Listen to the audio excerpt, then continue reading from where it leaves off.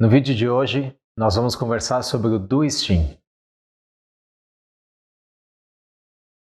Então, o que é o DoSteam? O DoSteam é um termo que foi inventado por uma clínica italiana por volta de 2015 e 2016, saíram os primeiros artigos, do Dr. Filippo Baldi e a doutora Laura Rienzi. Nada mais é do que uma estimulação dupla. Então, a paciente faz uma estimulação com o ciclo de antagonista do GnRH, que é aquele ciclo em que menstrua, faz um ultrassom no segundo ou terceiro dia. Se os folículos estão adequados, começa as injeções para estimular os ovários. A partir do quinto, sexto dia, quando o folículo maior tem em torno de 12 a 13 milímetros, começa o antagonista do GnRH, faz o trigger, que é aquela maturação final do folículo para capturar mais óvulo maduro, com o agonista do GnRH, que é um outro tipo de medicamento, e 36 horas depois faz a primeira coleta. 5 dias depois dessa coleta, se inicia um novo ciclo, que seria a segunda estimulação, idêntica à primeira. Então, o DoSteam original ele é feito com 2 ciclos de antagonista do GnRH e um intervalo de 5 dias entre a primeira coleta e a segunda estimulação. Tem um motivo de ser feito dessa forma na Itália, porque na Itália, até hoje, as medicações são cobertas pelo governo. Então a paciente tem direito ao FSH, ao LH e também ao antagonista do GnRH, o que torna o processo um pouco mais barato, mais fácil de usar esse tipo de protocolo. E hoje, com essa disseminação desse DoSteam, nós vimos que existem várias outras formas, você pode fazer o DoSteam de uma forma adaptada, dependendo do tipo de paciente, dependendo da resposta prévia. Agora, por que o DoSteam? Por que fazer o DoSteam? O DoSteam ele foi originalmente desenvolvido para pacientes que têm baixa reserva ovariana ou tiveram poucos óvulos em alguma outra estimulação para FIV. Então, tem pacientes que já têm uma reserva muito baixa e, portanto, terão poucos óvulos, mesmo você fazendo uma estimulação bem feita. E tem pacientes que têm uma reserva boa, mas têm uma resposta aquém do ideal, aquém do esperado. Então o DoSteam ele veio como um tipo de protocolo para, em um mês, a paciente fazer 2 coletas, portanto ter talvez o dobro de óvulos, e você ganha tempo.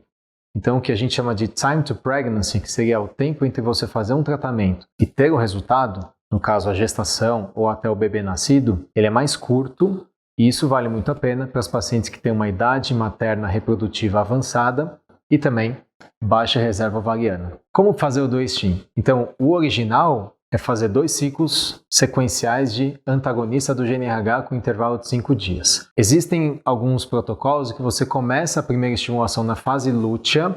Você pode até usar outras formas de bloquear a hipófise, não só o antagonista do GnRH, e você faz a segunda coleta ou a segunda estimulação sequencial a essa fase lútea.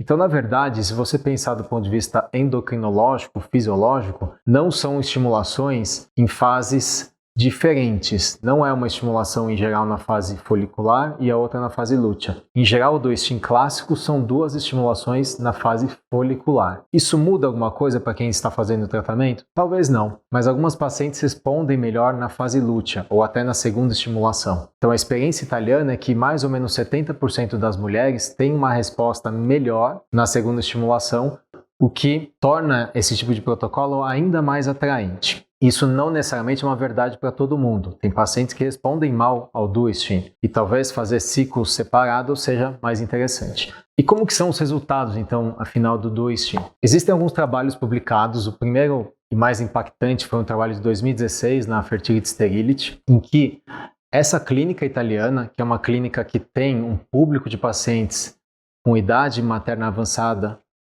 reprodutiva em torno de 38, 39 anos e, portanto, é um público que já busca fazer tratamento com PGTA, que é o teste genético pré-implantacional para a detecção das aneuploidias, das alterações cromossômicas do embrião. Então, eles publicaram os resultados da primeira estimulação, em termos de número de óvulos, quantos maduros, quantos blastocistos foram formados e até qual foi a qualidade genética do primeiro ciclo versus o segundo ciclo. Do ponto de vista estatístico, não houve muita diferença, havendo uma tendência maior a ter mais embriões euploides na segunda leva.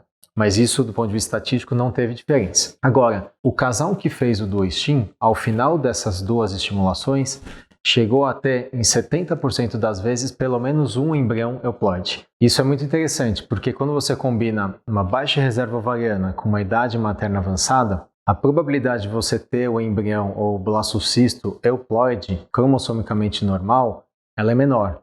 Muitas vezes o casal precisa fazer vários ciclos para chegar num número bom de óvulos e ter talvez um embrião normal. E esse embrião normal pode ter sim uma chance boa de nascido vivo.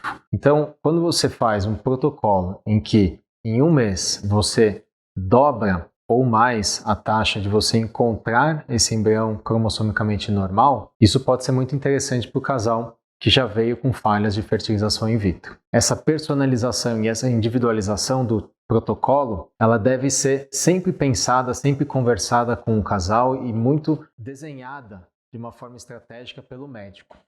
E se você nunca fez o 2-STIM, tem baixa reserva, tem uma idade materna avançada do ponto de vista reprodutivo e busca ter mais óvulos, pode sim ser uma boa estratégia.